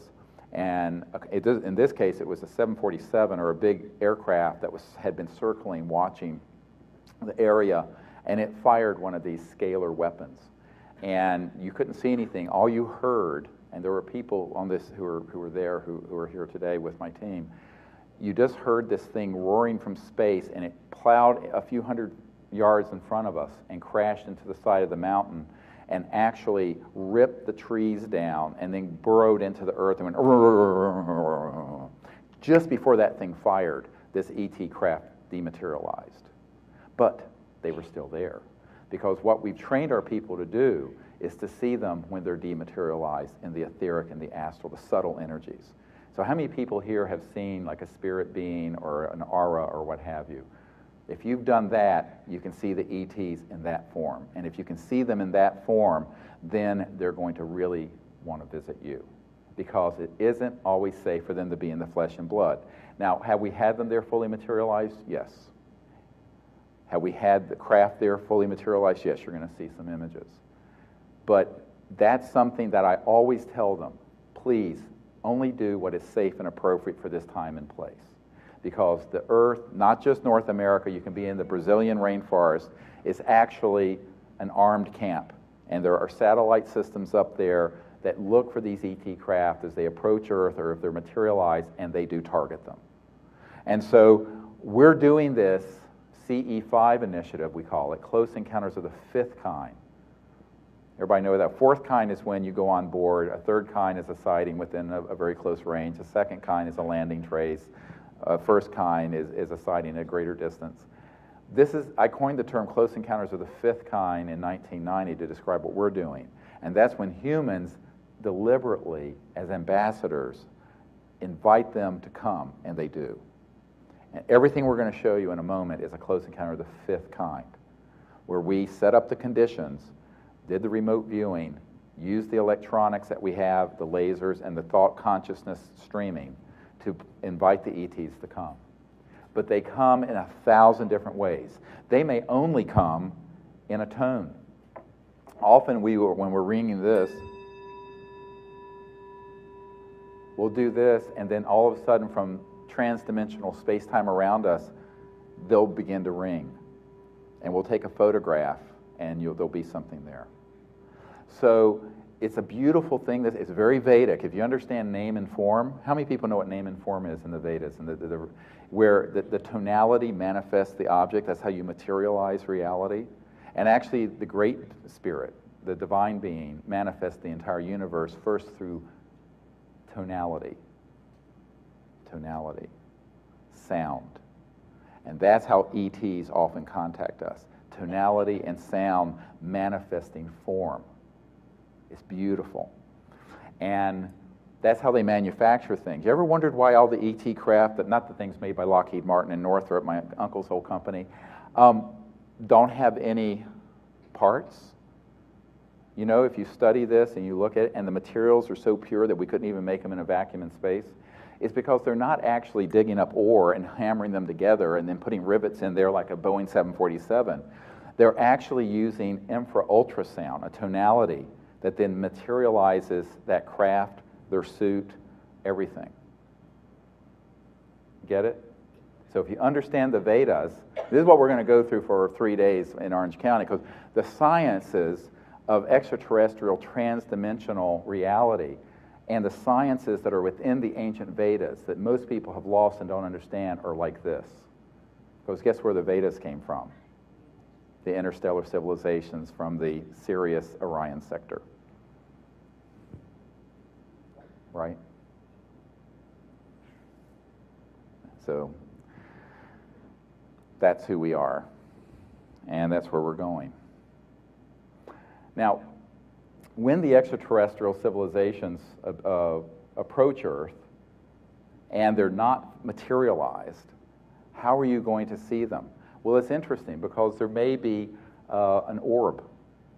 Now, we were at Joshua Tree a couple years ago, and a year and a half ago, whenever it was, and we went out into this landing site where a few years ago, a 200-foot diameter disc that was flat on the bottom and came up, and it was sort of a teal green that came straight out of the zenith and went into the Earth. And they were showing us their underground facility at Joshua Tree, which is a national park, which they can't invade with chemical and biological weapons, which they've done at other places, the secret government. So when we were there and we saw this, the ET said to me, "This is where we want you to do your work." So we've been going there. And we're going to be there next November if you want to join us. Now, what's interesting is that we were in the same spot last year in 09, in November of 09, and an orb materialized. Not something like you see with a flash bulb. Most of those are dust particles. But this was actually physical. It actually materialized right beside me. And I knew it was a group of ET beings being held there in a trans-dimensional electronics form. Now, you have to get your mind around what I'm going to call electronic astral projection, where an entire craft, and all the occupants, could be in the form of a plasma-type energy. And all you see in linear space-time is an orb, or a plasma energy. But if it were to fully materialize, it may be 800 feet across and have several hundred people on it. Okay? Because you have to understand time and space has plasticity to it. We'll get into this. I mean, we're going to get into too much stuff here. But the basic idea here is that it's another dimension. And trans-dimensional physics are very, very well understood now by our group. And what we're doing is using that transdimensional physics to make contact, but also to communicate. So when we're out there, we not only have all these contact vectors, we have all these electronics. And Emery over there has, you know, like he's like the gearhead of the century. He's got all this fantastic magnetometers and, you know, electronic field meters and laser detectors and every kind of frequency.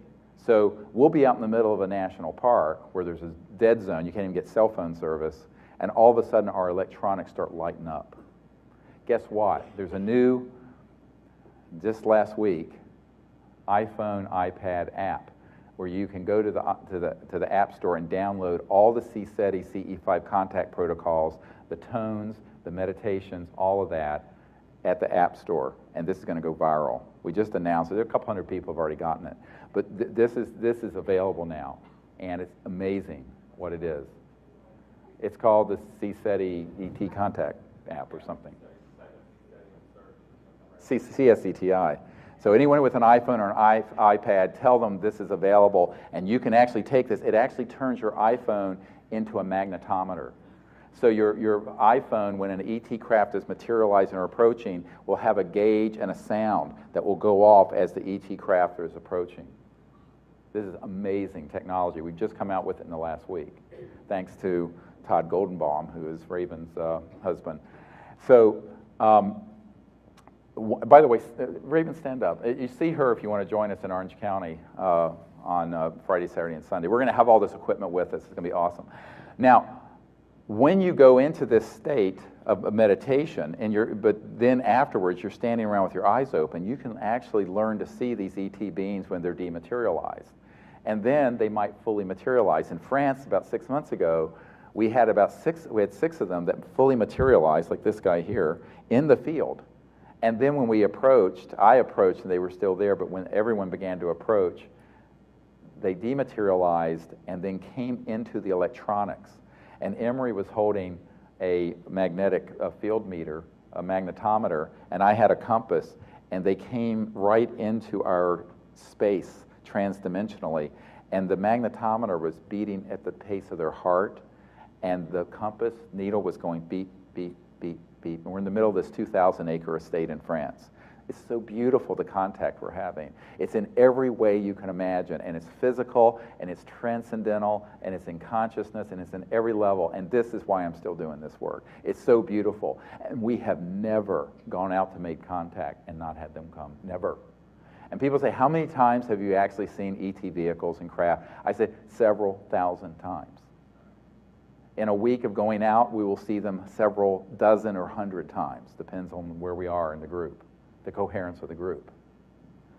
And now it used to be, I used to do this with like 100 people out in the field. Now we're keeping them pretty small. So, you know, it would be like 20 people in Orange County or something. We're capping it now because it was too much to manage for me. But the app is there, and the whole training program is at cseti.org and at disclosureproject.org. And what we want to do is have tens of thousands and then millions of people doing this that just overruns the secret government.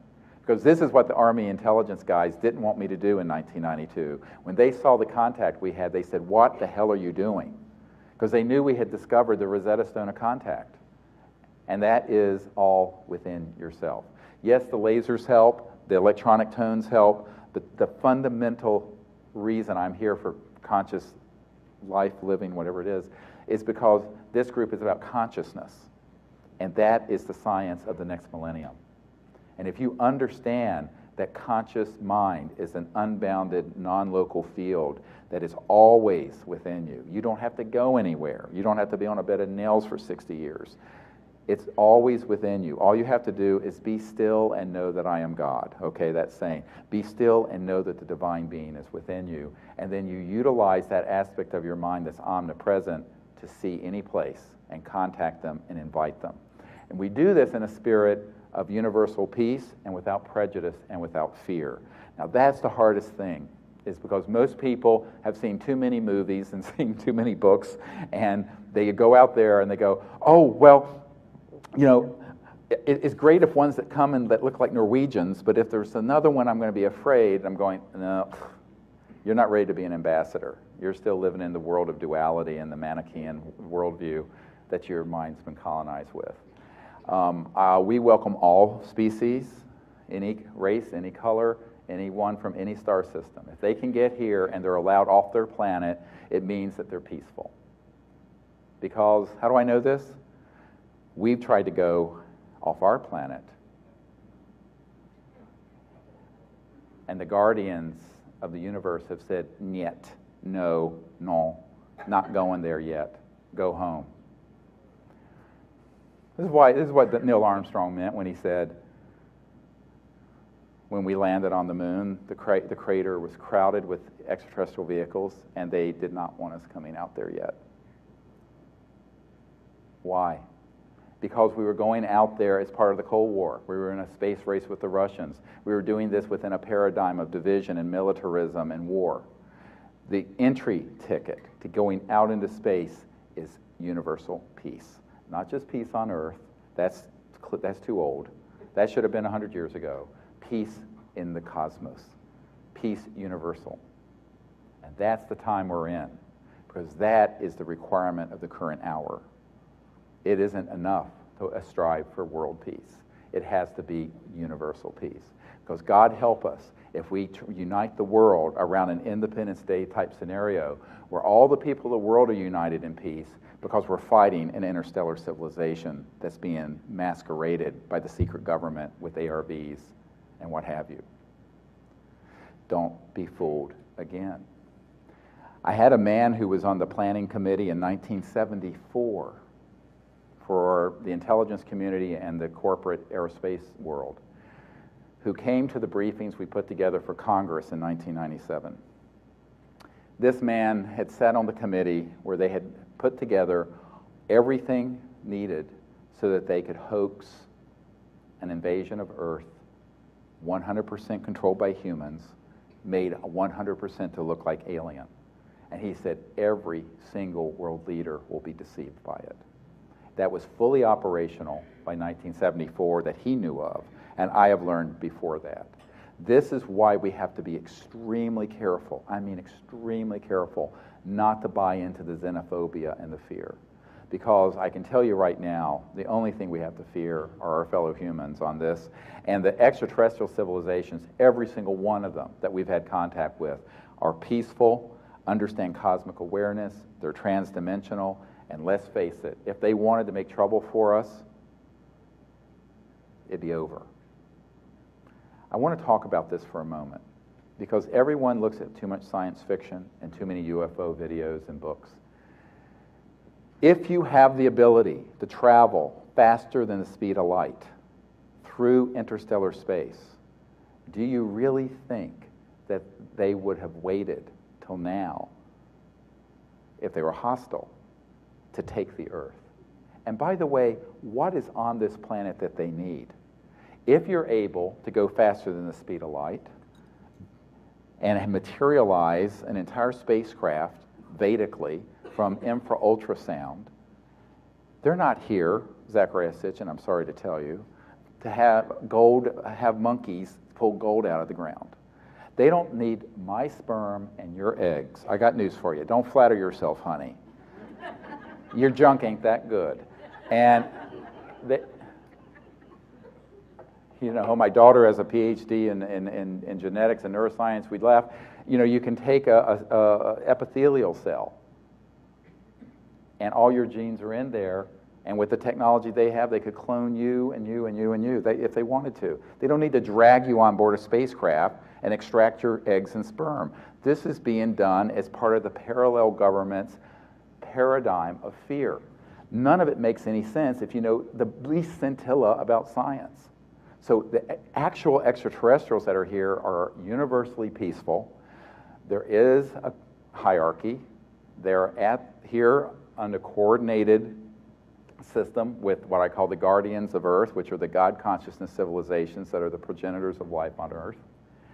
There are ones who are concerned about what we're doing to the Earth, because the Earth is precious and sacred, and they're concerned what we might do if we escape the biosphere and end up out in their solar system, creating the havoc that we've created on Earth. But the fact that they're concerned about our hostility does not make them hostile.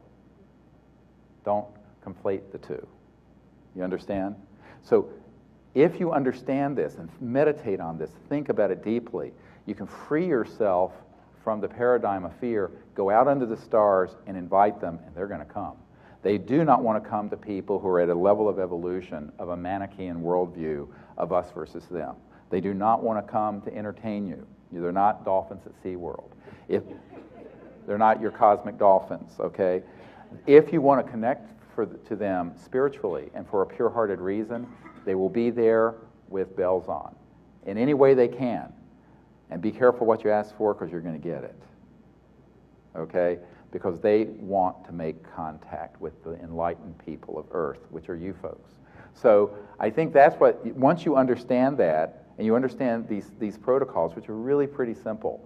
You know, this iPhone app, and there's a whole training program at the website, and it has, you get the CDs that have all the tones on it, it has the meditation, it has the mantra, it has a whole course in meditation. You don't have to spend $5,000 for, a TM course. All of that is on there, and that's what we put together, and it's there. Now, what you have to do is then learn how to do it with 3 or 4 or 5 people, go out under the stars, which is why it's really great to come one of these trainings if you can, because you really see it in action, and it's exciting. Everybody understand what we're going to do? Okay. So you want to go through, can we dim the lights in here? And what I want to do is go through some of these images. I'd like to play all of this. This is just a collection of some of the material that we've gotten over the years. And it's sort of like a retrospective from last fall all the way through to 1992. There's a bright spotlight there. I don't know if that's injurious to people's vision.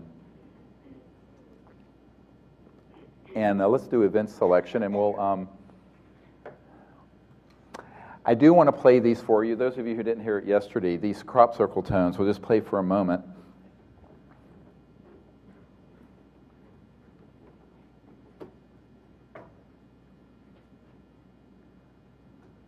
We have no sound, it looks like.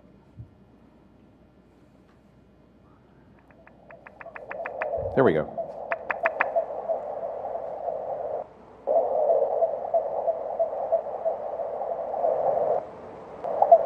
We take a radio transceiver and send these out over radio signals into space while we're doing the meditation and while we're doing the laser.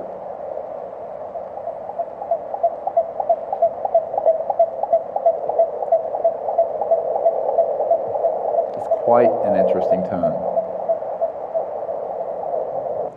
Okay, let's go to the next. Now, this is actually on the iPhone app, this whole sequence. And it's also in the training program that's online. Okay, so nobody knows how to use the computers, that's the problem. And we go to this. Okay. Now, one of the things I want to show you is this crop circle formation that happened. If you look at the CSETI logo, it's this. We had visualized this to the ETs, and we're going to go in England and do this in a few months in July. And look at this. It's a little washed out. I don't know, the projector's not great. But there it is. And we had sent this form mentally to the ETs, and the next day this was found in a field very near to where we were located. We had been visualizing precisely this formation, and we had been making a triangle in the sky with the circles, and this is what has appeared in this area immediately related to that event. It was astonishing. And that was the same trip where we had a 100-foot diameter disc appear in the field with us, an ET craft. So let's go to this. I want to show, we trained someone on our team who's an artist, actually, and he was doing the CE5 initiatives. And look at this thing that appeared in broad daylight, that he got out of his vehicle and took a picture of it. Again, the resolution is not very good with this projector, but it's crystal clear, and it followed him. And it's interesting because last year from the French government, I got a drawing of a craft identical to this that was drawn by someone who had a close encounter in 1968, I believe, 66 or 68 in France. And that was released by the French Space Agency in Japan. After Disclosure Project got them encouraged to do so. Now, this is a classic one that I showed yesterday.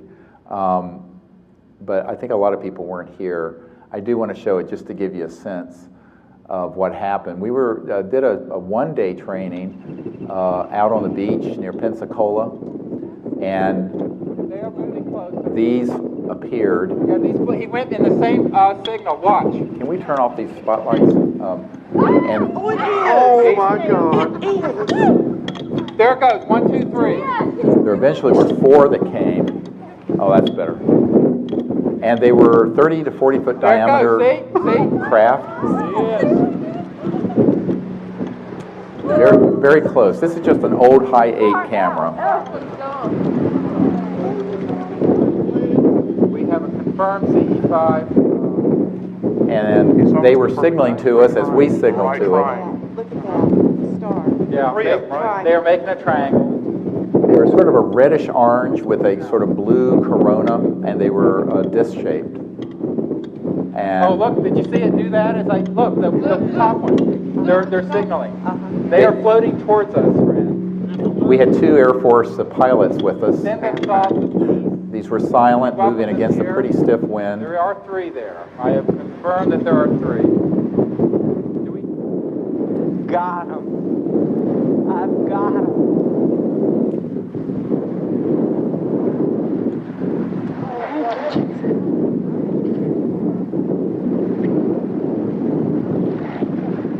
And look, there's 4.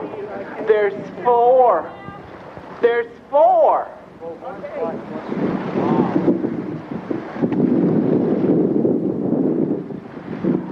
Holy damn hot shit. Dog. Thank you. All right. Now, what's interesting about this that isn't captured on film Hallelujah.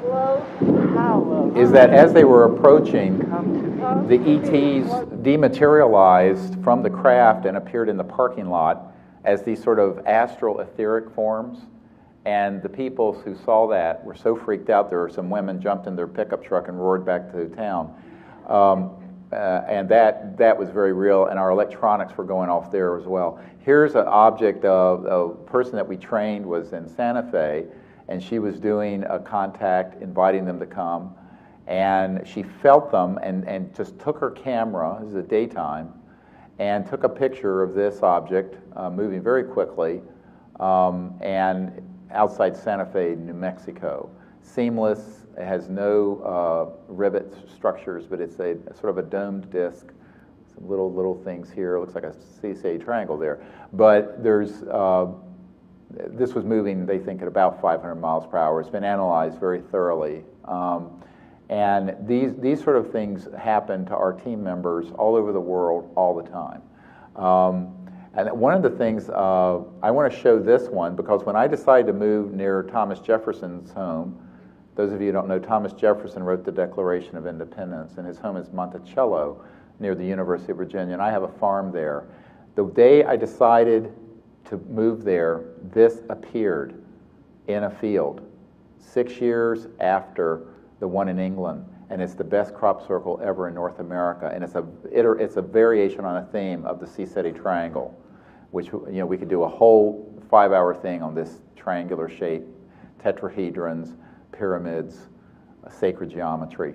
But this appeared in the field of the man who sold us the house that we bought, the farm that we bought, on his family's property. It was the ET saying, welcome. This was on the front page of the local paper, by the way, that crop circle.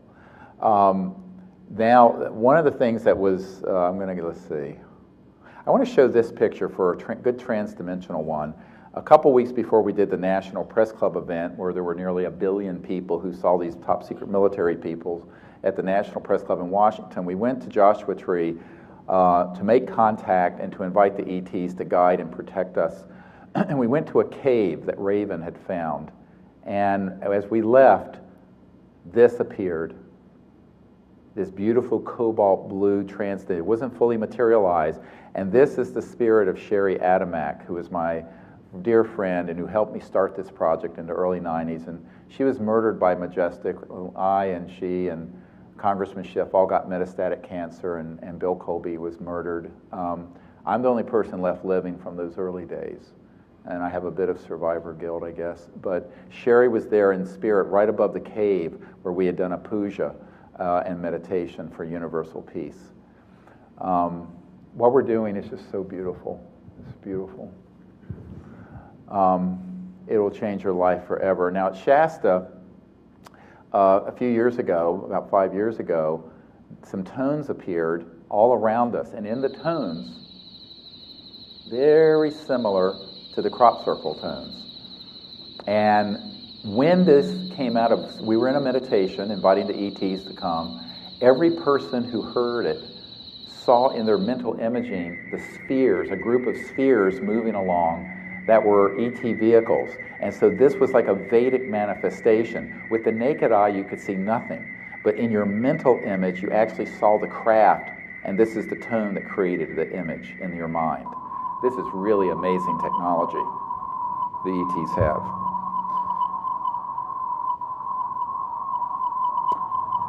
When we were at Joshua Tree about 2 months ago, we actually had these tones and also the tones from the crop circles that appeared at the site where I did a puja and out in the middle of the national forest. It was amazing. And we have recording of that as well, but it didn't make it into this yet.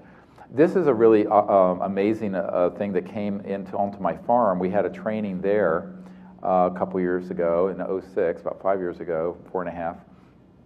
And this thing came out of space. I'm looking up. This is me. This is Dr. Bravo. And look, and there's an extraterrestrial communication probe that then I actually saw the craft above us. You can see me looking up. And this thing comes in, and then it's there in a trans-dimensional way, and it's a trans-dimensional electronic device that was scanning the group. It was in the center of the group. We're in a circle. And this is what came in, and we've had many of these come in that you can see with your naked eye, but they're very fast. This came in from space. It was like 1/58th of a second. So you got to really, really be awake.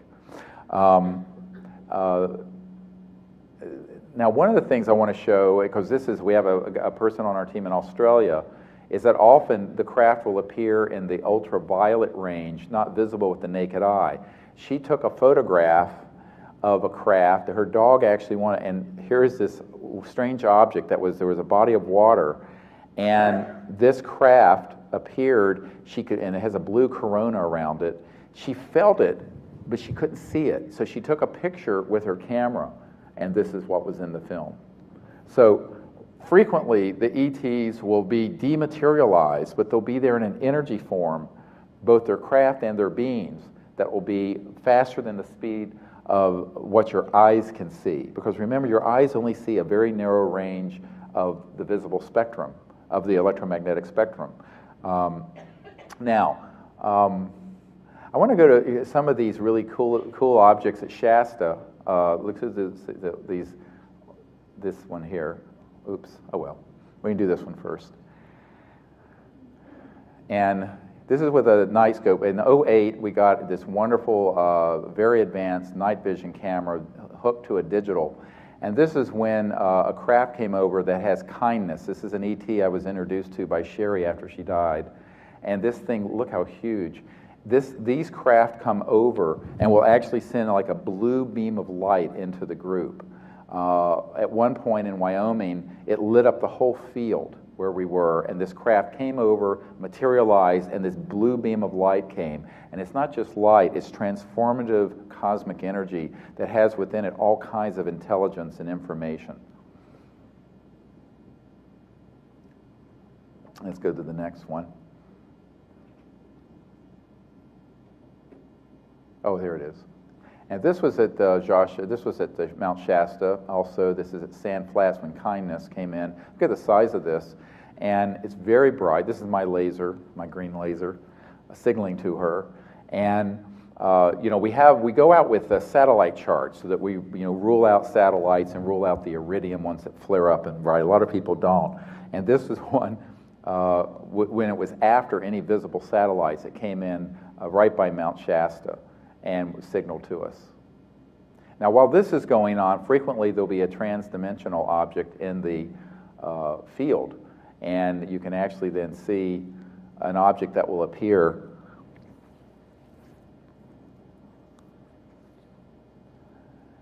Very, very, look how bright, it came right in, very close, how big it is. They're beautiful, very celestial.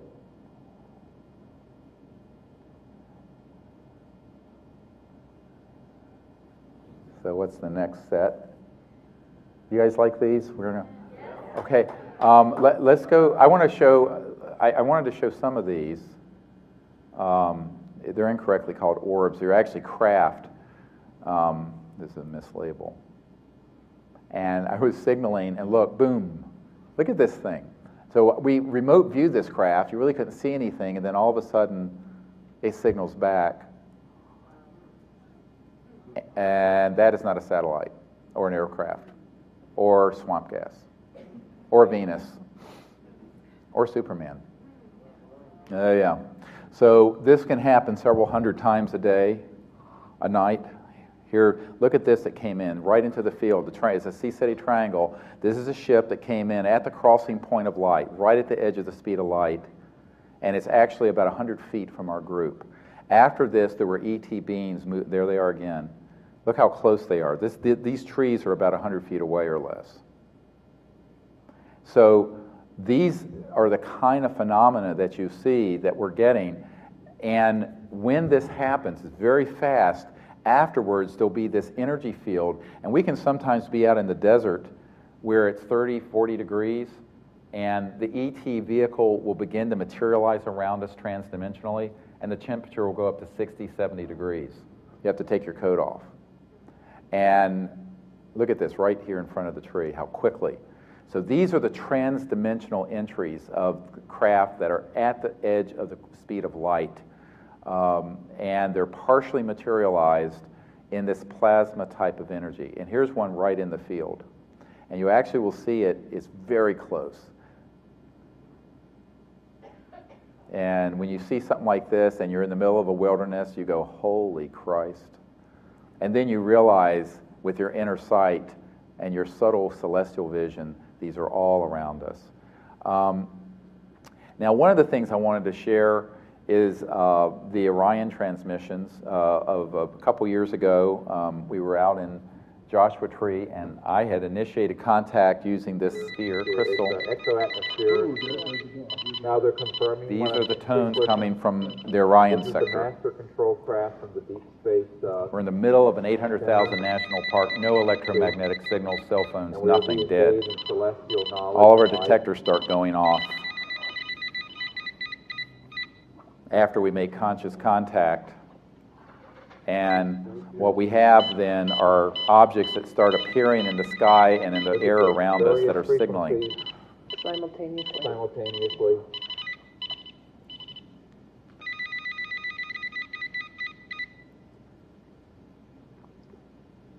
Now see the craft that is here. The magnetometers and the other electromagnetic detectors at one point went on a complete lock-on for about 23 minutes without a break.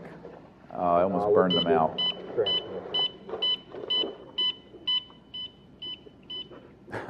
These are actually, some of these are quite close. They look like they're far away. They're craft that are dematerialized that then materialize and signal briefly around us. This is Orion's sword and belt, and this is Rigel and Betelgeuse. There's two of them. Is that yet another frequency of Yeah.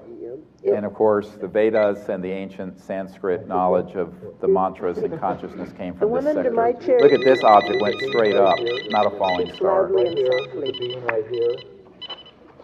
You can't hear me. Oh, Oh my God. the book that we just came out with have these on them. There's a DVD that comes with the book. It's called Contact, Countdown to Transformation. And it has all of these cases in it up through 09. And the DVD has all these images on it that are through 09, not anything after that. We have to come out with a new one now, because by the time the ink was dry on the printing of that one, we had had so much more contact.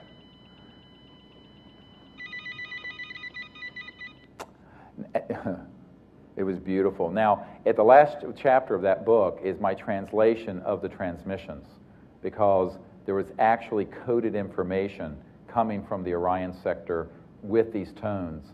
And what I did was go into a state where I could understand it in sort of a binary language, and I spoke it. So that's the last chapter of the book. Now, this is an amazing event that happened. Let's do this one from the Outer Banks from '09.